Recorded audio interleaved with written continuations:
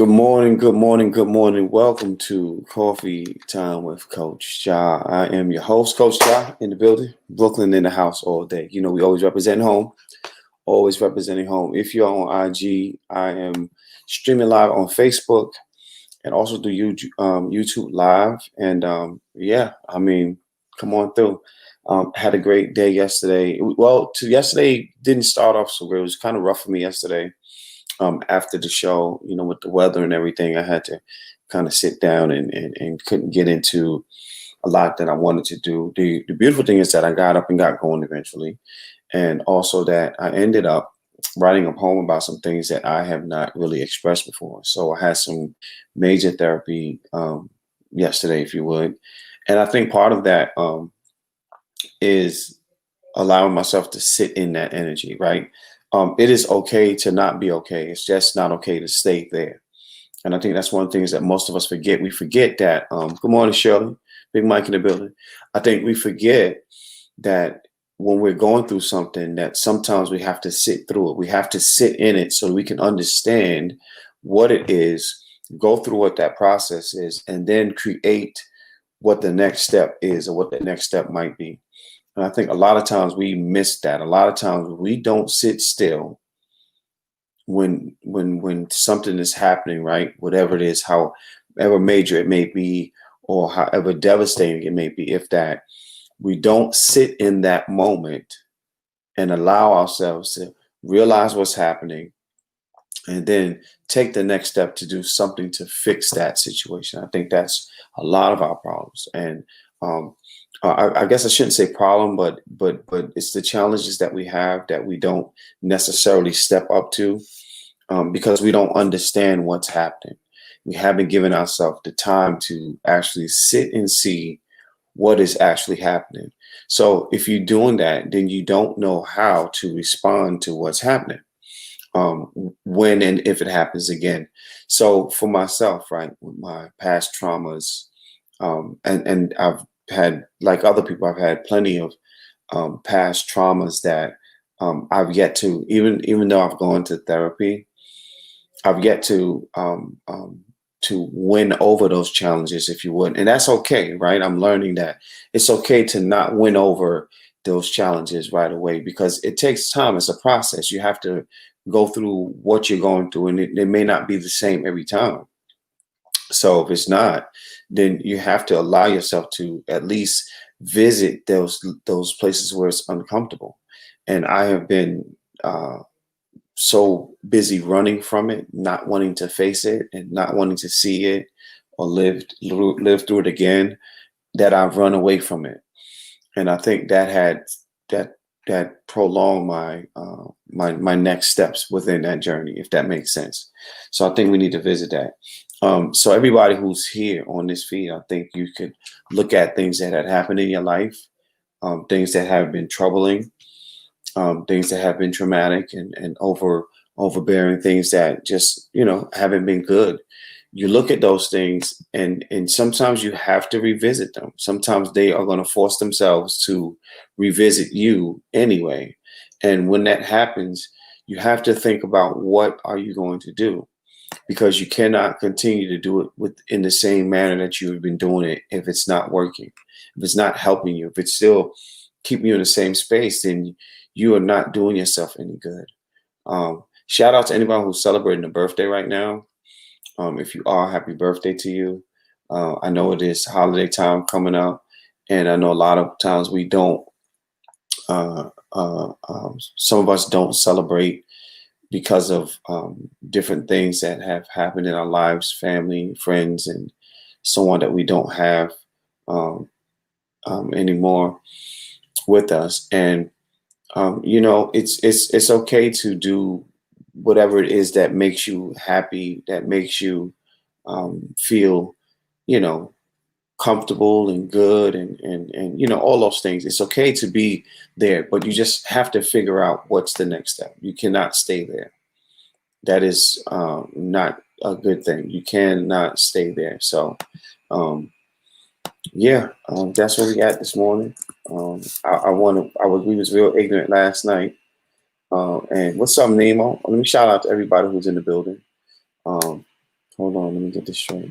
Let me see. Mr. Witz, Brandy, Face, Brown Goddess, E. Cole, what's good? Nemo's in the building. Brother Mike, Venus is in the building. Only one. And Adam Trip. Adam's Triple, what's up? Happy morning to you. Everybody who joined in. Brown Goddess, I know she's going to cut up. That's my girl. That's my girl. Kendra, what's good, Kendra? See, I'm drinking my coffee and not slurping. Are y'all proud of me? Y'all talked about me so bad. I know how y'all do. It's okay. I don't love y'all any less. Ain't nothing stopping me from celebrating my birthday. May not be a big party, but I'm drinking. And Mike, there should not be nothing that stops you. You should not stop celebrating. I won't say that I don't like to celebrate my birthday. It's just that November is not a good month of memories for me. And then the good memories that I want to remember, I don't get to remember because I don't like to remember because of what I'm missing and what has been part of my life. So when my birthday comes, it's like normally I'm excited. And then when it comes, it's like, oh well, it's the last day of October, and then this dreadful month of November is here, right? And I have to change my language. I have to change how I see November, how I think about November, and how I think about the different things that I had to live through and go through. I have to change that. It is mocha mint face coffees, mocha mint flavor. Peace, Bugsy. And again, I have to change. And this is something that we all have to learn. You have to change the way you address things that you're going through that are uncomfortable. Because the more you make them bigger than what they are, the more the more difficult it becomes to get over those things, to get past them or learn to live with them. Because some traumas you don't get rid of. Some traumas you will always have, and there will always be triggers, right? But it's how you deal with them and how you let them work their magic within you. We have some to help with your. Thank you, Brown Goddess. Can you make yourself happy by committing? So if you, Adam, Adam, I'm not a licensed or qualified therapist to answer that question. But I will say that, when I say do things that make you happy, you have to do things that are good things and not do things that are going to hurt you or bring harm to you or harm to somebody else that you're with. So whether it's your wife or your husband or anybody, your children, your family, if you're doing something because you need to free yourself from something that you're going through, the last thing you want to do is something that's going to be harmful to them. So the first thing you probably want to do is figure out now, is it time for me to get to seek some professional help so that I can work through these things? Because if you're in a situation where you're have an obligation to somebody and you're not in like an open relationship, like this is your relationship with your wife and or your husband, and there's some things that's making you step outside of that for whatever reason, you have to decide what you want to do in that, and that should be a conversation with you and your partner. Again, I'm not licensed to give you information and say, hey, yes, you should do this, no, you shouldn't do that. But just thinking, if you are within a situation and whatever your challenges are forcing you to do some things that are disrupting what that happiness should be, then I think if you can ask the question, if it's okay for you to do something that is disrupting that, I think the question you should ask yourself now is it time for me to do something about what I'm going through and live in a space where that's not going to be an issue for me? Live in a space that is not going to be an issue for me or others. Because when you love somebody, you might do things. I'll say it like this. My dad used to say this all the time. He said, love doesn't hurt, but it's the crazy things we do out of love that hurts. And that is a serious thing. That is a major, major statement he made, because love does not hurt, but things we do out of love actually actually hurts, excuse me. And we have to remember that. Like, listen, we're partners here, right? So in a partnership, we have to have those conversations about things that aren't right. Now, if you made the mistake, I'm not telling you to go home and say, hey, this is what I did. I'm not putting you in that place to do that, because I don't know if that's something that I would do myself. However, if you're in that kind of a situation, I think the first step should be, let me talk about what's going on with me, explain what's happening in my life, in my world, and then develop some sort of conversation with your partner that you are able to say, hey, this is what I'm dealing with, and this is what I need to seek help with. And there's nothing wrong with seeking help. There's nothing wrong with getting professional help. That's why they're professionals, because they're there to help you in situations that you can't help yourself in. And I think a lot of times we miss that because we're not willing to step up to the plate and say, hey, this is what's going on in my life, and here's what here's some things that I need to do to fix this, or to divert it, or take that fork in the road that's going to make me get back. Even if I step away from my normal, it would allow me to get back to what's going to be helpful and fruitful for my life. So I hope that I help answer that. But I think if you ask yourself, if you're asking the question, is it okay to do this thing that goes against this thing? I think it's already enough to say that someone is not in control of what's happening. And with them being out of control, to what level extent that is, they've already answered the question of whether or not that must be somebody dropping off some package, but I'm not going to answer it. They must be in a position to say that they want to, they need help, or they're willing to get the help that they need. And I think that's important. That's a major moment to in their life, to say, hey, I've reached this point, and now I know that there's something that needs to be done next. And I think that person is ready for that. I think that person is ready for that. So I hope that answers your question. Tiffany says she's sleeping. Kendra said, focus on what you do have, and be thankful you have survived for a reason. And Kendra, that is a good point. However, like, when with certain traumas, right, it's not as easy to do so. Certain traumas don't allow you to think about what is good, and what is positive, and what's helpful. So, for instance, there are people who have um, big money. You know, I say money don't buy happiness, which I think is, I get it, but I don't get it. No, I'm not answering the door. I hear the truck driving on. Somebody's dropping packages off. My neighbor's outside, and my neighbors are nosy, so nobody's coming in this cul-de-sac to steal it. So I'll be out there to get it in a minute. But when you are challenged with a trauma that is so overbearing, right? It's so hard to think. It's hard to think positive. It's hard to figure out what's next. Sometimes I don't get up from the bed. I don't go brush my teeth. I don't wash my face, and I'm laying there. Sometimes I don't eat all day. Sometimes I forget what has happened in my whole day. The whole day has gone past, and here I am. I don't know what has happened. I don't know what I've done today. I don't know if I ate.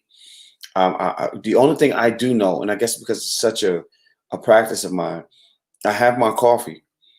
But sometimes the coffee doesn't come till 2 o'clock in the afternoon because I'm stuck in this bed, right? It happens. I've done it for decades now. In that moment, can I say that I can focus on not having a house, or not having a car, or, you know what I'm saying? Like, I can't focus on things that are good and wholesome and within my life, because this trauma has me really beaten, really under this blue blanket, if you would, right? What I mean by blue blanket is, it's just a depression. It's just a funk. And you can't, sometimes you can't move. It's like your feet are cemented. And part of what I was saying when the question was asked in there is, when you're cemented and you can't move, the next step for most people, the next step that they take is usually panic mode. They're usually in a panic, and they do something out of that mode while they're in panic. They do something to help them move away from what the trauma is that they're going through. And that's not always the best thing. That's a comfortable escape, but you're escaping to what is the thing? Because eventually, when you come back here, what's the escape for next time? So some people, it's substance abuse. Some people, it's like the person said, fornication. Some people, it's a lot of different things that they do, because they are trying to escape where they're at in the moment. And I think when you really realize what that is, right? What that escape is and what you're escaping from, when you realize what that is, you can realize, you can actually acknowledge that there is something that is offset, something that is not comfortable, something that is actually putting you in a place where you can finally say, you know what, I can use some sort of assistance within this that's a professional assistance. And now I can actually say for myself that that could be something that I can entertain. What if Ja had you as a guest? Do you think it'd be fun? Oh, who you talking about, Mike, as a guest? I don't know what my guest is. My guest is not present, so I don't know if they're coming or not. So I don't know. Maybe I'll send AJ a link, because when AJ on, it's always fire. Um, I have a therapist coming up next week. I'm not sure exact date, but I have a therapist coming up next week. I'm hoping to get Venus on my show one day, but she's so busy in the daytime, it's going to be rough. But hoping to get her on. I have a few guests coming in. I want to get into talking about um, mental health in the Black community, and obviously, and definitely mental health within our Black men. A lot of Black men refuse to go get therapy. I'm gonna say it again. We refuse to go and get therapy. Sean, what's up, bro? And I think I want to spend time in that topic. I want to spend time in that space, because we're the first ones that say we're good, we're fine, and we're not. We really not. And I think that has been a very, very damaging thing for us. It has been very hurtful to our community. There's a lot to say how we've gotten to that point and why we're so comfortable there. We don't do enough of talking about that and spending time within that, and it's taboo, right? Because the first thing we say is, oh, if we go get help, we crazy. If we go get help, people gonna look at us out of way. At the end of the day, when you have thoughts that are harmful to yourselves and harmful to others, suicidal thoughts, and these are triggers for anybody, please excuse me, but it's just what a conversation is going, right?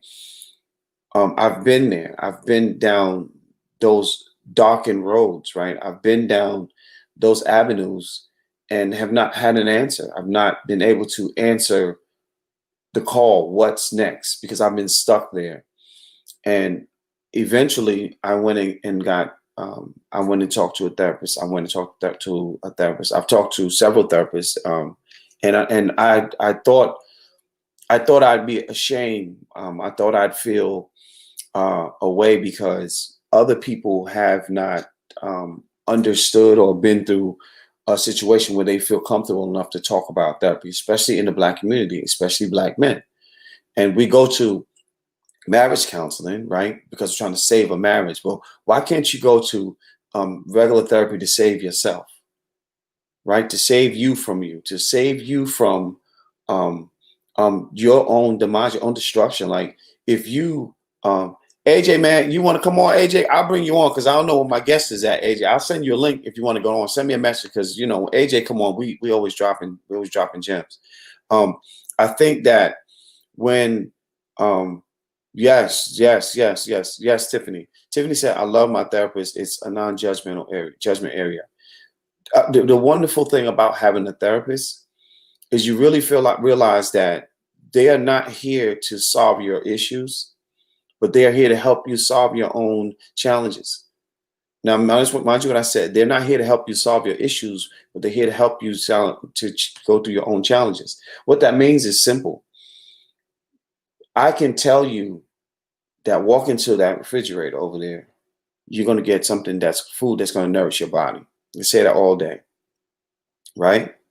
But if you don't say it and then do it, you'll never know. You'll still be sitting in a certain space. So what I'm saying is a therapist allows you to say everything you need to say, the stuff that's rumbling about in your mind that you have not been able to say or been afraid to say or just didn't find the words to say it. you get the freedom to say, hey, this is the shit that's going on in my mind, right? This is what's happening. This is what's taking me from here to this dark space. And the therapist says, okay, how does that feel? Right? And then the therapist saying, what can you do? What if you try to do something like, you know what I mean? Like it's so rewarding. And I think people should do it regularly. If you have insurance to do it, if you don't have insurance, seek out to get insurance. Like there's nothing wrong with it. And I think we're learning to accept it, but I don't think we talk about it as much. There's a lot that we talk about, but we don't talk about it as much. Not in the Black community, and definitely not in within Black men. Black men do not talk about that. There's historical precedence to mental health when it comes to Black men. I have no idea how or when the messages were passed down, but they are. Yep, it sure has been. No Brown with. I'm reading the messages here. No Brown with the people. With some people, AJ is hard because he's your. Yeah. So if AJ is free, I'll bring him on. If he sends me a message, I'll send him a link because I don't know what my guest is. I don't think my guest is going to make it today. And if AJ is free, AJ, send me a message. If you're free, bro, I'd love to bring you on because these deep conversations that we have, and I always appreciate having you on the show. But I had no idea we would be talking about this, but things happen when they happen. I go with the energy. I don't mind going with the flow. Okay, AJ, I'm gonna bring AJ up on IG and see what's happening and see how this is gonna work out today. Thank y'all for tuning in online as well. My guest didn't make it today, but we're gonna bring AJ up. AJ, my brother, what's up, man? What's up with you, man? I sent you a message on my phone. Okay. I dropped out of here, sent you a message. I'm like, I didn't know if you want me to come on the other one on YouTube. Yeah, I can send you the link to come on there too. Okay, send the link and I'll come on. Okay, cool. I'm gonna send you the link now. Okay. Yeah, so we're gonna bring my man AJ on here so he can talk to y'all on here, and AJ is an amazing. This brother is amazing. He's a great leader in our community. He's an amazing poet. He's a father. He's somebody that I have a whole lot of respect for. So anytime he can be made available, I'm bringing him up. I don't have an issue with that at all. So, wait a minute. I got to do, how do I do this? Hold on. Because y'all on my other phone and now I got technical difficulties here. But it's all good. We're going to make this work. So, yeah, I really, really appreciate y'all joining in today. And we're having this talk about mental health. There's nothing better. There's nothing wrong with being honest with yourselves and letting yourself know that whatever you're going through, you can defeat it if you're practicing what you need to practice to get through. And a lot of times we don't do that. A lot of times we're too busy struggling with things that we don't want to mention what is really happening. Oh, no, I just lost IG. I got to get that back. IG, hold tight. Hold tight. I got to look IG back. I just lost them. Okay, hold on. I got to get IG back. Oh, man. IG going to kick my tail. It's all right. Stuff happens every day. So we got AJ coming in. IG, I do apologize. I apologize. I'm sorry that I lost y'all. But hopefully we get y'all right back. I got to send this back out to some people. So we're on today. We're talking about mental health. We're talking about mental health in our community. We're talking about being able to be free to be who we are. We're talking about who we're supposed to, how we get through life and the different challenges we have with things in life. And just bring my man AJ. What's up, brother? Hey, you got it, man. You got it. Yeah, I was enjoying the conversation. I was sitting back. I'm like, yeah, because a lot of times conversations go where they're supposed to go. They go where they're supposed to go. Yeah. Yeah. So when you start talking about, I have a friend that's a psychiatrist, right? He was doing the online work because he works at a college in Dallas. Okay. But he was doing online psychiatry before any of this started, like January of last year. And he started telling me how busy he was when he got off, because in the privacy of homes, people won't mind talking to a psychiatrist, but us as Black men, there's a stigma. There's this precedence we set sometimes that no, I can handle it. I'm good. I don't know what it is, but I can handle it. And that's not actual facts. Oh no. You know, if my sink is clogged up, I'm calling the plumber. Right? if something happens on my front porch, I'm calling somebody who can fix that, because that's not what I do. And I think a lot of times as men, society says you the man, you fix the shit. And that's the biggest problem. That whole man up concept, I hate it. And I didn't realize how much I hated it until I got older. How am I going to tell you what man up is if you can't explain to me how am you going to tell me to man up and you can't explain to me what man up means? Because where's up? Where's up? And what does man mean, right? And then you put those two words together, and damn it, we already lost. Oh yeah. No, but I think my sister, she's like 25 years in recovery. And I say it that way because we don't understand how things that we had a problem with isn't gone, the problem's still there. But in recovery, they always say, hi, my name is AJ, I'm an alcoholic, I'm whatever it is. Mm-hmm. And they start off with the precedence of saying, this is me, and this is who I am, and this is why I'm here. Yeah. And I've been alcohol or drug free for 25 years or whatever, but it's like, there's still tomorrow. I got to battle. Yeah. And the mental problem we have, there's still tomorrow we have to battle. We might make it through the day, but we need help with this. We need help because sometimes the precedence is just not like, I don't know what tomorrow is. I don't know what I'm supposed to do with this. So maybe it's just me telling you what my problems are. The thing about it too is, what if tomorrow don't come? Oh yeah, definitely, because a whole lot of people tomorrow. There's a lot, right? And then the day might be a new day, but you still stuck in yesterday. Yeah. And I'm saying that because I didn't realize, bro, I'll tell you, and there's been times where my PTSD had me so bad, I didn't realize I hadn't eaten in over 24 hours. That I've had a cup of coffee, and then I'd had another cup of coffee, not realizing that this is the next day. You know what I'm saying? And then people say, oh, it'll be okay. Well, what the hell is okay? Because my okay might not match your okay. Yeah. So you can't say, certain things, I try to be very mindful with the language and with the wording I use with people. Because what might trigger you might be a happy day for me. Yeah. You know what I'm saying? So stuff that I can't say, okay, I know if I say this, I don't know how you're gonna feel about it. So I'm not going to say it in a way that you know what I'm saying, that I know it's going to be threatening or make you feel it's going to take you off. Man, the other day, I'm not getting off the subject, but the other day there was a lady live.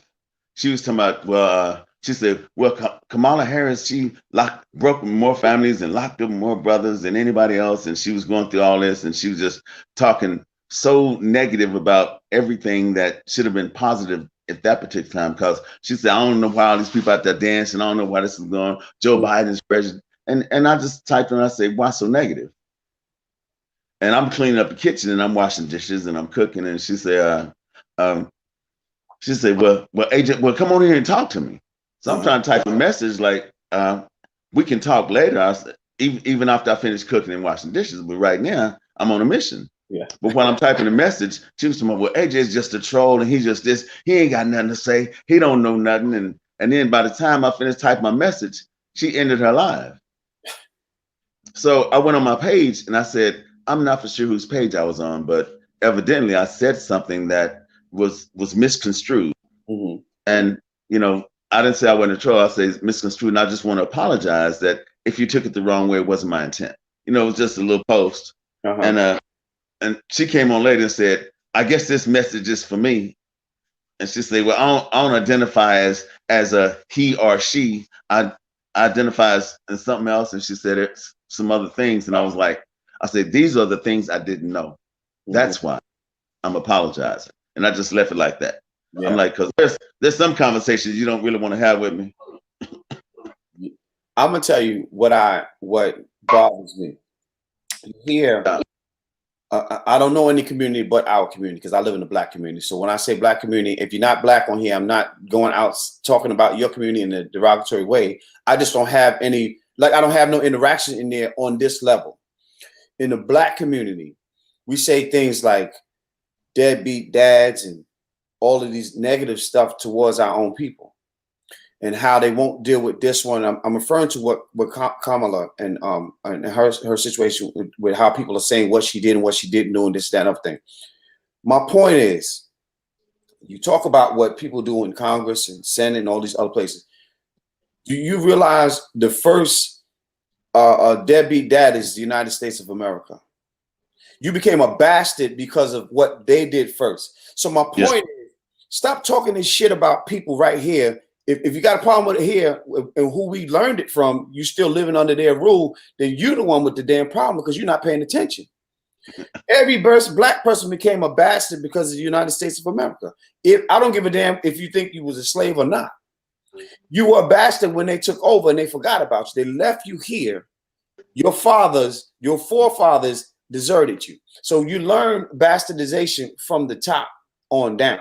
You learn alcoholism from the top on down. You learn how to use substance abuse from the top on down. We didn't do these things because this shit wasn't where we came from. And when you was a slave and just out of slavery, you ain't had the money to buy the shit anyway. So stop saying what you ain't paid attention to. My point being is, do some research and stop talking out your mouth that you ain't never put nothing inside your head yet. Man, that is so right, because you touched on a couple of things.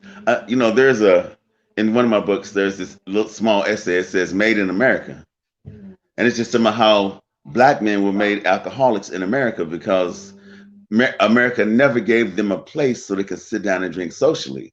So they had to put their money together, go to the back door, buy the liquor, come home under the shade tree, play dominoes, play music, had these legit joints or little places so they could actually just socialize. Yeah. So you do that every Friday.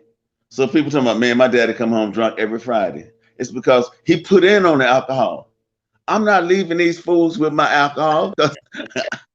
I put in $5 and came back with $80 worth of alcohol. We drinking that. We ain't leaving till it's all gone. It's all gone. You know, that thing when you say that, Black people are the first ones to spend all their damn money. Mm-hmm. Hey, they come, they spend every damn thing. And then I had to think about it. Why is that? Why do we feel like, okay, I gotta spend it? It's here, spend it. Why is it money burning hole in your pocket? And then I had to, here we go, doing research, people.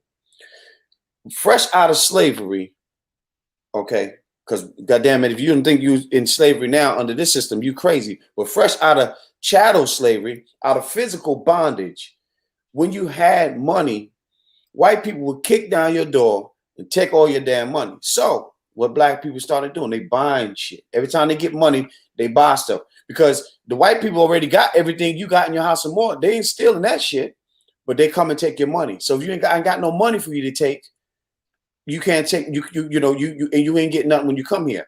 And it goes further than that. It goes into thinking about when you watch Roots and all these shows, these movies, and the slave owner come out and he say, well, man, that's a fine young man you got there. What did mother would say? Oh, he just a stupid old boy, just a dumb old little boy. He just a dumb nigga. Think about that.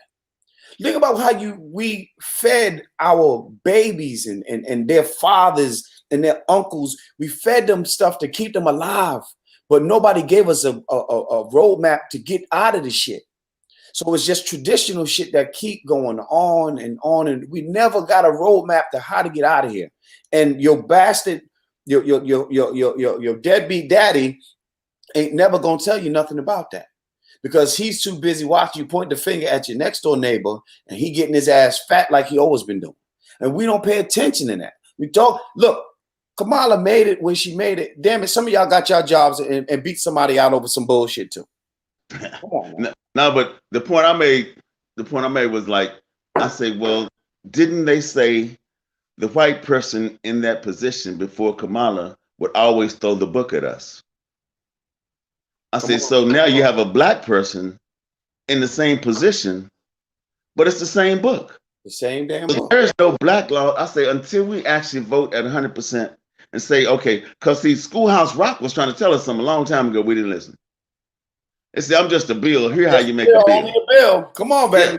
Yeah, here how you make a bill. And we didn't understand. So we think just because we have a black man president, that he finna change lines in the Constitution, he finna make all these things happen. And we don't understand these processes. So we've never participated, because I keep saying we ain't home. See, we were brought here in chains. Now we acting like we home, and we never went through the process of making this home. Right. We didn't participate in everything that needed to be participated in. We didn't find out what communities was about, how you run a government, how you do civic duty. You know, people don't want jury duty because I hate jury duty, but I'm saying that's a civic duty. So there are things that we never participated in that we want to skip. Yeah. We want to skip and go straight to home. Okay, we home. No, we're not home. We ain't changed no laws. We ain't voted these people in. So I keep telling people it's gonna take more than one time for you to be angry and vote for us to change shit. Just like the conversation we never had is, what if there was, we did one, let's try Texas. Mm-hmm. Did one state created a university for a politic university. Right. We had all these people going to school, learning how to be a governor, a city councilman, a senator, a state senator, a state legislative, all of this school board. You got all these people going for 2 years, because every 2 years, some position is up. Because I think until we actually have ballots with nobody unopposed, that's when we can change things. Because now they're saying, oh, they didn't got smart. You got smart. White folks, my dad used to tell me, he said, boy, you smart enough, motherfucker. White folks must raise you. And I thought it was funny until Barack was president. Yeah. My brother called me crying. My brother older than me. Mm-hmm. He called me crying when Barack was elected in 2008. Called me crying. He said, man, you remember what Daddy used to say? I said, yeah, man. And then it touched me because my father wasn't here. And I'm quite sure he would have had something great to say about that, because he was probably the most prolific black man I've ever known. And he wasn't a poet. He just talked shit. Yeah. he just talked shit to everybody on the street, people's sons, people's daddies. He didn't care. Because my favorite saying about him, he said, I wouldn't give a cripple crab a crutch if I had a lumberyard. I'd take shit from a blind tumbleweed, put him on the wrong goddamn road. Now, what you asked me for? Now I see where you got it from. No, and when I finally broke it down, I'm like, that didn't make no sense, but I understood it. I want to go back to what you said a minute ago, 100% of the vote. I want to bring this point, man. If anybody had watched what this process was, right? Damn it, they was waiting for black folk voices. They was waiting for the black vote. Listen, Philly, in Atlanta, goddamn it, even Charlotte, North Carolina turned out blue, more votes than any. They was waiting on the black vote. When your black ass don't figure that shit out, if you hadn't, and what I'm saying is, if we don't fix this shit, they're gonna take it away, because they don't want this shit to happen on another level. No, but remember South Carolina. Biden had lost the first two, little primary things until South Carolina. Then in South Carolina, the black people came out in droves. They say the black vote took him over. After that, it was done. It was done. So you're right about the black vote, but what we don't understand is we got black people saying don't vote. And we got black people saying my vote don't count, and I don't know if my vote counts, and I voted last year and it didn't do nothing. And I'm like, because I try and explain to people, I said, look, when Barack was elected in office, 60% of the 100% of the black populace that was registered voters voted. It was a great day. Mm-hmm. Every nation celebrated. But imagine you're a Super Bowl team. You're in the huddle, and your coach comes and say, look, the Super Bowl, man, we said we was going to be here. We made it. We're here. Okay, let's go ahead and give it our 60%. Right. You might as well stay your ass home. Because ain't shit gonna change. But we black people, if you're not black in here, again, I'm not talking about you, because I don't know how it feels to live in that area. Black people, if we talk a lot of shit and don't do nothing. If you look at third world countries, countries that don't have nothing, that have real dictators, different from these bastards that right, them dictators walk in your house. These bastards send you papers in the mail, right? But that have real dictators and these people who will actually line you up and shoot you down. When they tired, they go in the goddamn street and they force the people to get the hell out their damn country. Look at these countries, man. All the people get it. Damn it, we tired of this shit. Everybody just go marching in the street. And you know what the leaders do? They get their monkey asses up and go. Now, if you're watching this, I'm not inciting a riot, because you got to be trained with these motherfuckers, because they're saying, oh, he's doing this here. Listen to what I'm saying. Get the whole idea. I'm not saying we got to take it to the streets, because we can take it to the vote. This election proved that. We ain't got to be violent. Look, that's how y'all want it? Okay. 20 cents a day, 20 cents a week from every goddamn household. We can pay who we want to be in office. We get one, then we got two, then we got four, then we got 17, then we got, they saying, oh shit, the black vote really do count. But it's that simple. We just got to let's stop listening to your deadbeat daddy that put the shit on. They only come see you every 4 years. They don't see you every 2 years. It's a reason for that. It's a reason for that. Because they know what they're preparing for 4 years, but they're already ready for 2 years. Because they know whoever they got in place ain't going nowhere. Why? Because we won't use the vote. We won't exercise the vote. And I wish I could just put the projector on there and just grab black people out of their house and just smack the hell. Look at this shit. If you don't see it, this is because that's what we need. We can't listen. We got to stop sugarcoating shit. Sugarcoating is dead. It's time to really man up. Either you're gonna be here or you're gonna get your ass out of here. But you know something, when you said that the picture came to mind in the Matrix. When it was inside the Matrix, they would all be standing around the phone waiting for the phone call to get the hell out. Get the hell out. So I was thinking that maybe we could pick up a phone. We can get one of them old rotary dial phones and call every black household in America by one number. Say, hey, you know, put your parents on, put it on speaker. Yeah. We need to have this conversation, because I really feel like when, you know, like all these people arguing about, you was talking about money, 20 cents from every household. All these people talking about they wanted a black agenda. I understood a black agenda. I want a black agenda. But when 27 people are running for president, that's when you put to 27 people, what's your black agenda? Not when it's down to the last two. You say, what's your black agenda, when the other person can't even say Black Lives Matter. And it's like, I'm conscious, but what happened? You just woke up? Yeah. And I'm wondering, what does it take for you to bump your head? How many times God damn it, your head gotta be sore.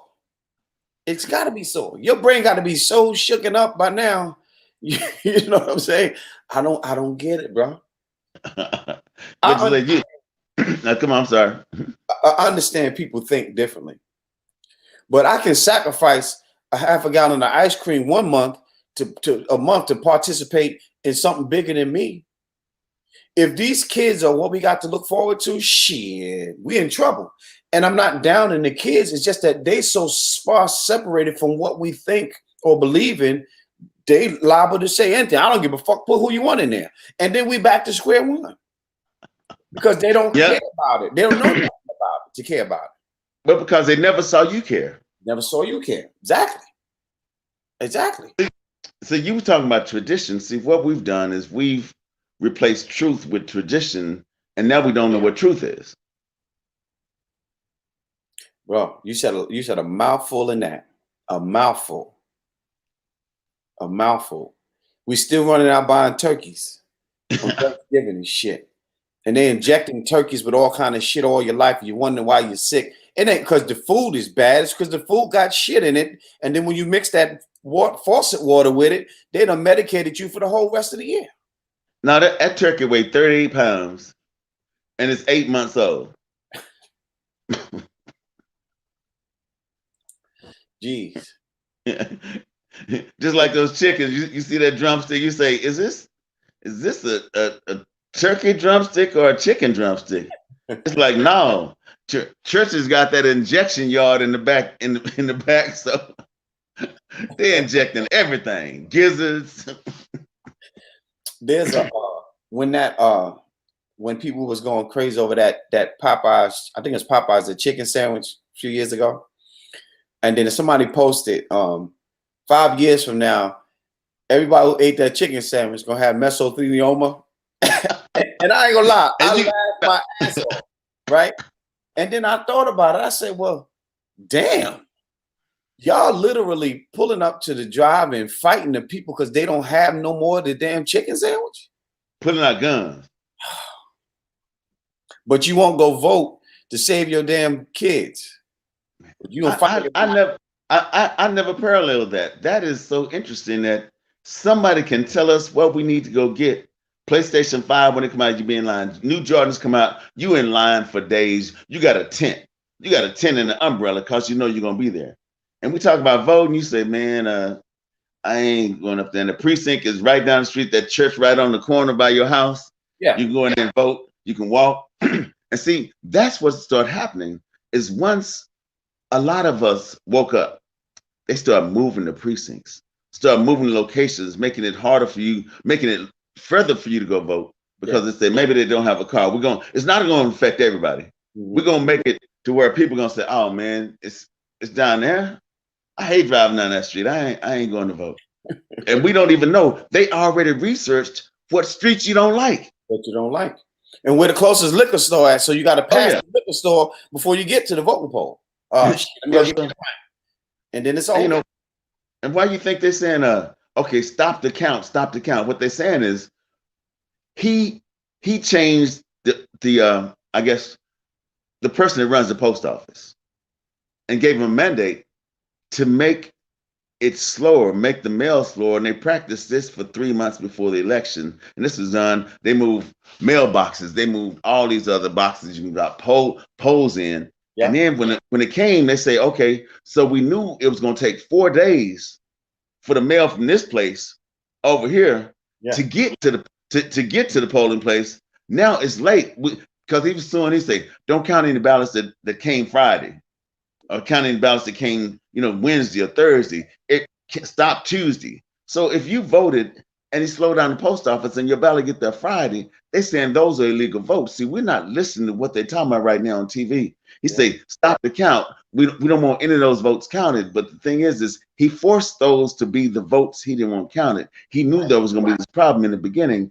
And we don't see how everything is projected. They already know. They know there's a movie with Tom Cruise where he keep replaying this day. He's a soldier.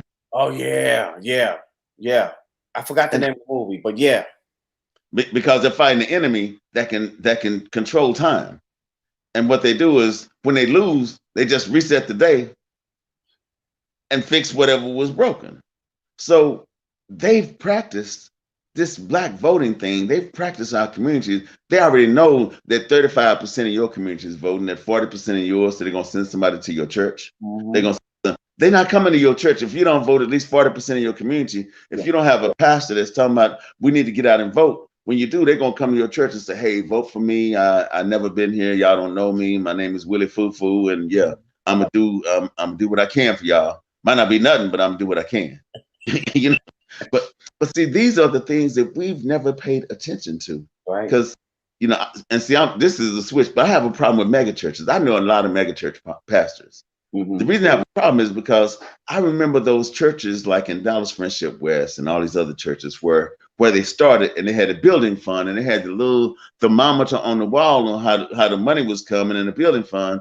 And when it started filling up, you didn't see any construction on the street because the construction was happening on the other side of town. So they took your money and built a place and they're going to buy a bus and come over here and get you if you want to come. Yeah.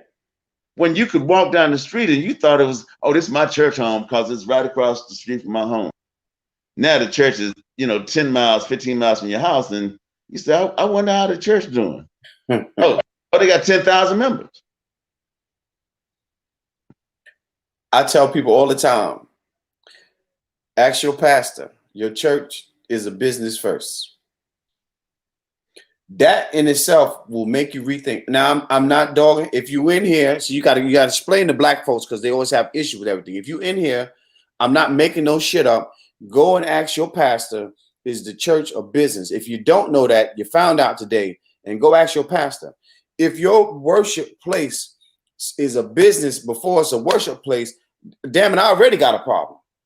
And I'm not saying that the pastor's wrong or anything, but in my mind, God and business don't go together, because all business should be like God. church and state. Church and state. There you go. There you go. No, but when T.D. Jakes took over this church, come here, man, check it out. Come here, check it out. Tell him good morning. Say good morning. Hey. Good morning. Yeah. Okay, tell him good morning. Okay. Look at it. Wow. Wow. I tell you, I'm learning sign language, man. I got me a new partner. Learning sign language so we can communicate. But the thing is we don't know what's coming before us, what our next stage is. We just know that we're on a mission to go through these stages. Yeah. So, and I'm so appreciative that it was such an experience to me. Like, okay, I need to learn a new language, but it's not a verbal language because he can't speak. He can't speak. Okay. And it's just amazing how you find yourself in these positions saying that, thank you, God, for sending me here. Yeah. See, we don't understand. We think trials are trials. No, trials are lessons. Thank you for sending me to this class. Let me take this class. I know I took it a long time ago, but I think I made a C. And see, we're so happy with C's and 60% and all these other things. We're so happy with mediocre that we don't know what greatness feels like. So how are you going to be great if you never felt it? You never felt it. It goes back to what I was saying, though. We've been practicing for so long. We've been practicing. Oh, this is all. I'm just a nigga. This is all I'm gonna be, is a nigga. Oh yeah. And that for so long that it's like we injected in our arm in the morning. Oh, there go my nigga juice. I've used the word nigga plenty of times. I've done it. And then my poem, I says, you lose yourself every time you call yourself a nigga. Every time you call your brother a nigga, you lose yourself. You lose him. Man, yesterday it was such an honor to me.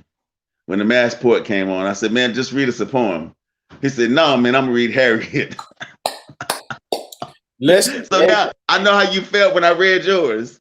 He said, no, I'm gonna read Harriet. I'm like, man, I can't leave the camera, can't get away from the camera. I gotta sit here and take it. But man, it was such an honor. And that's what I'm saying. See, Harriet has all these niggas in it. Niggas all through the poem. Mm-hmm. But the reason being is because we didn't understand that Harriet made 16 trips by foot to free, 16 trips for free over 10 years. And each trip was 800. See, nobody ever told you how far it was. Each trip was 800 miles. So imagine you starting off now, making it back home in July. And then you wait till November again, start another trip. But you're walking. You got no transportation. 800 miles. But no, check it out. 1,600. Because 800 miles to get there. 800. And ain't no helicopter or nothing finna bring you back. But I'm saying we don't see the glory in what happened back then. We don't see how this was a spectacular event, how they were so excellent. And we didn't understand the excellence because Moses, Harriet, she was great. No, she got hit in the head. She had all kind of things. She had all kind of reasons that she didn't have to listen to the burning bush. But she listened with a different ear. You know what I mean? When that brother read that poem, like I say, I told you I keep this in my book, my laptop bag. I don't listen. I grab my laptop bag before I grab my car keys. When by the time my wallet go in my back pocket, I already got my laptop bag. And even if I don't get to read it, it's the spirit of what I know is in it. I want y'all to understand something. When you read with understanding, or with the allowing yourself to receive a message that is not yours, but is for you. When you start to read like that and you understand shit, it changed the way you read, and then it changed the way you think. We got to stop being niggas.